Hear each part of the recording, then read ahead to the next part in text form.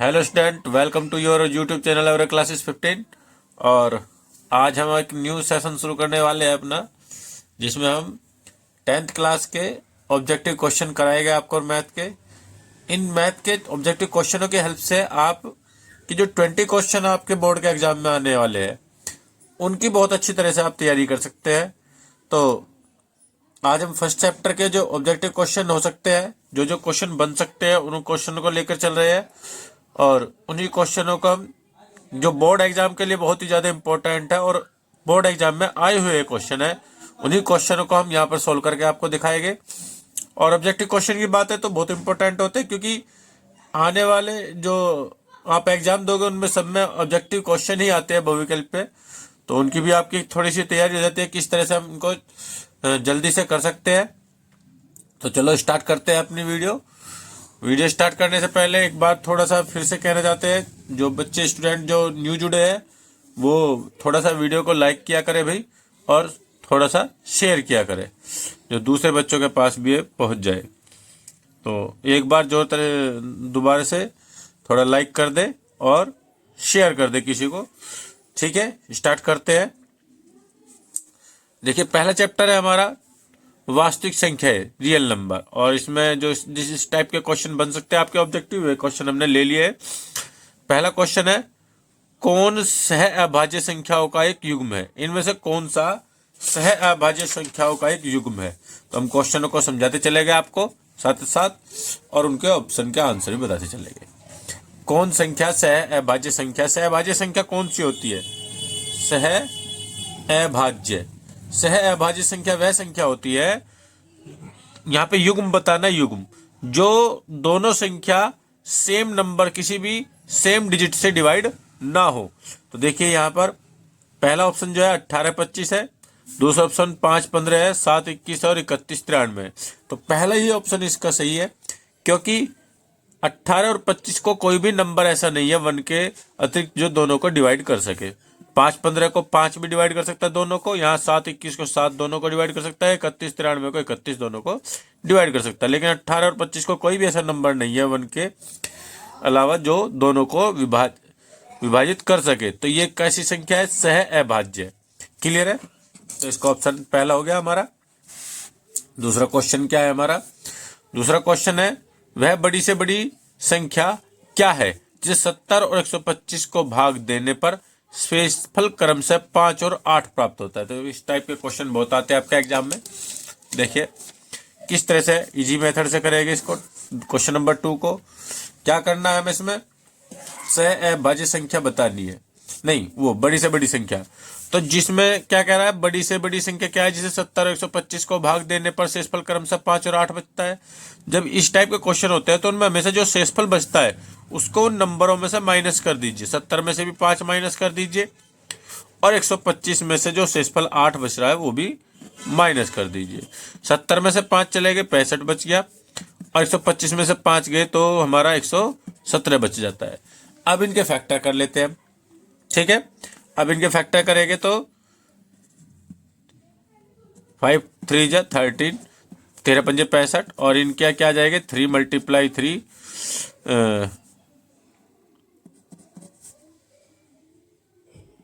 13, 3 × 13 इसके फैक्टर हो गए। अब हमें क्या बताना था? वह बड़ी से बड़ी संख्या क्या है जो इन दोनों को डिवाइड करे, जो 5 शेषफल बचे। तो इनमें कॉमन फैक्टर क्या है? इनका HCF निकाल लेते हैं। फिर HCF कितना है?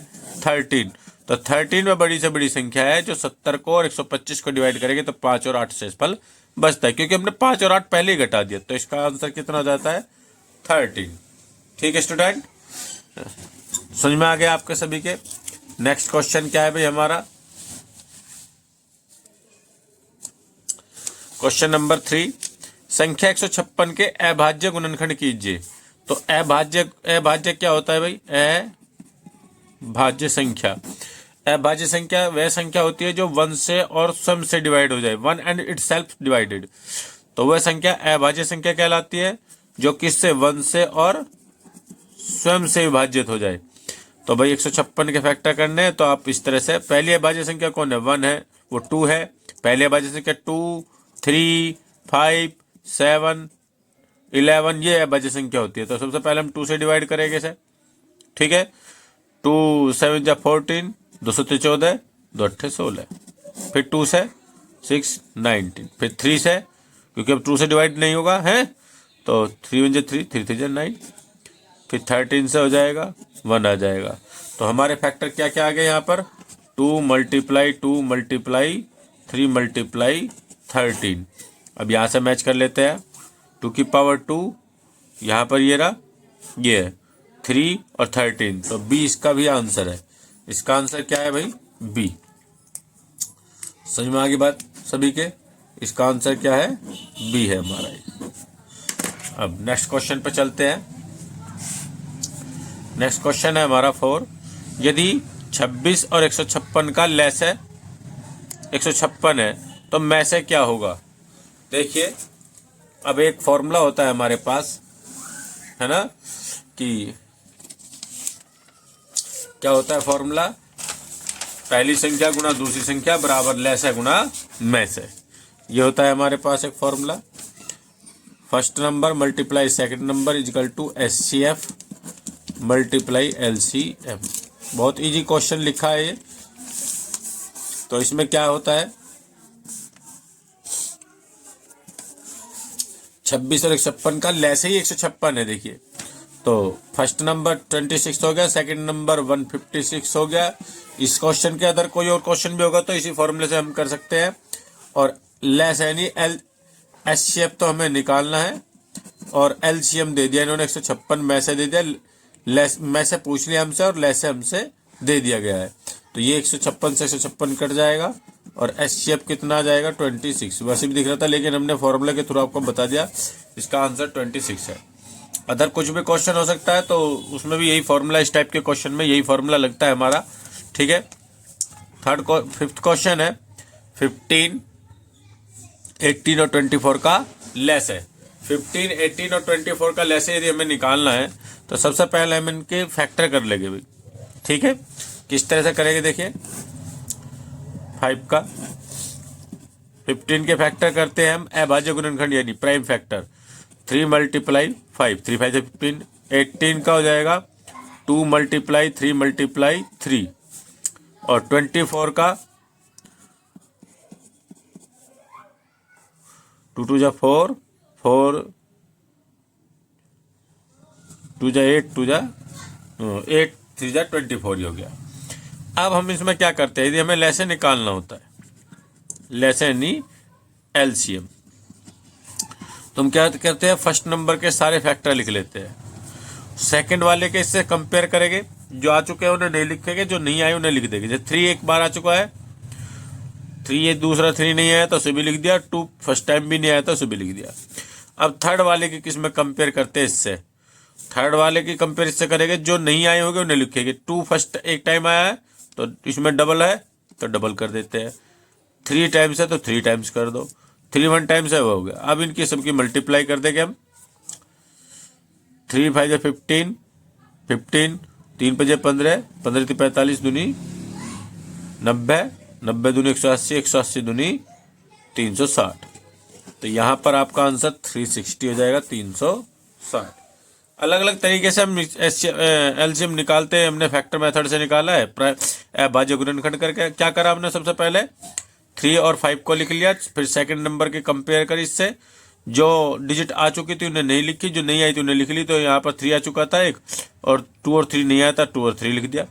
फिर थर्ड डिजिट से करा थ्रेड्स वाली से, तो ये 3 इसमें 2 3 बार है, यहाँ 2 एक ही बार आया था, 2 बार और लिख दिया, 3 आ चुका था नहीं, बस अब मल्टीप्लाई कर दी, हमारा निकल आया, एलसीएम निकल आया, ठीक है। तो क्वेश्चन नंबर 5 हो चुका है हमारा। क्वेश्चन नंबर 6 क्या है, क्वेश्चन नंबर 6 भाई, क्वेश्चन नंबर 6 है, किसी परिमेय संख्या का समतुल्य परिमेय संख्या होगी। कोई भी परिमेय संख्या है, उसके समतुल्य कितनी परिमेय संख्या हो सकती है। तो आप सभी जानते ही है, किसी भी परिमेय से कोई परिमेय संख्या है हमारे पास, मान लो एक परिमेय संख्या 3/2 है।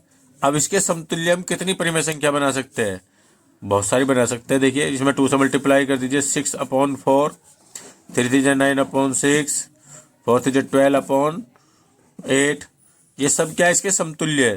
तो कितनी हो सकती है, अपरिभाषित, बहुत सारी हो सकती है, अनंत, है ना, इन्फिनेटिव अपरिमेय संख्या हो सकती है। ठीक है स्टूडेंट। क्वेश्चन नंबर 7 क्या है कि 1 से 10 तक की संख्याओं में से सभी संख्याओं से विभाज्य न्यूनतम संख्या है। यानी 1 से 10 तक की सभी संख्याओं से विभाज्य, कट जाए जो, और छोटी से छोटी संख्या बतानी है। तो हम 1 से लेकर 10 तक की जो भी हमारे नंबर है, 1 से लेकर 10 तक, 1 2 3 4 5 6 7 8 9 और 10, इन सब का क्या निकाल लें हम, एलसीएम। इन सभी का क्या निकाल लें हम, एलसीएम निकाल लेते हैं। देखिए हमें 1 से लेकर 10 तक की संख्या लिख ली हमने सभी, और इनका क्या बताना है, एलसीएम निकाल लेंगे हम भाग विधि से। 1 से 10 तक की संख्याओं में से सभी संख्याओं को विभाजित करने वाली। तो यहाँ सबसे पहले 2 से डिवाइड कर देते हैं हम। तो 1 1 3 2 2 जा 4 2 5 जा 10, ये तो आ जाएगा 3 7 2 4 जा 8 9 और 2 5 जा 10। इस तरह से फिर 2 से डिवाइड करेंगे तो 1 1 3, फिर 2 1 जा 2 5 3 7 2 2 जा 4, इसके लिए 9 और 5। अब फिर 2 से डिवाइड कर देंगे, क्योंकि जब तक कि 2 से डिवाइड होता रहेगा नंबर, तब तक कि 2 से डिवाइड करेंगे। 1 1 3 1 5, जो नहीं होता उसे छोड़ देते हैं। 1 2 1 2 9 और 5। अब किससे करेंगे जी, 3 से। अब किससे करेंगे हम ये डिवाइड, 3 से। तो 1 1 3 1 जा 3 1 5 1 3 के डिवाइड करा 7 1 3 3 जा 9 5। अब 3 से डिवाइड हो जाएगा तो ये 3 भी सब 1 1 1 5 1 7 1 3 का भी 1 और 5। अब किससे, 5 से और फिर 7 से। तो यहाँ पर इन सभी की मल्टीप्लाई करेंगे हम, तो हमारा कितना आ जाएगा, जब इनकी मल्टीप्लाई करेंगे तो 2520 आ जाएगा। देखिए किस किस की, 2 2 3 2 2 जा 4 2 जा 8 3 जा 24 और 5 3 जा 15 और 7 15 7 जा 15 27 ऊपर, और इसकी मल्टीप्लाई कर देते हैं तो हमारा आता है 2520। कितना आता है, 2520। तो हमारा जो ये है, इसका ऑप्शन डी है। ठीक है, आज हमने फर्स्ट चैप्टर के क्वेश्चन किए सभी ऑब्जेक्टिव।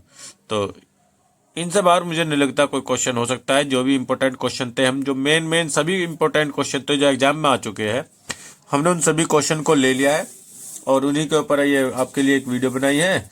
तो आप इन क्वेश्चन को देखें और समझें, और इन्हीं क्वेश्चन के एक बार रिपीट करें, इन्हें नोट कर रिपीट करें आप, ये आपके लिए बहुत हेल्पफुल रहेंगे। और एक बार जोरदार तरीके से वीडियो को लाइक कर ले और एक बार शेयर कर दे। ठीक है student, thank you for watching.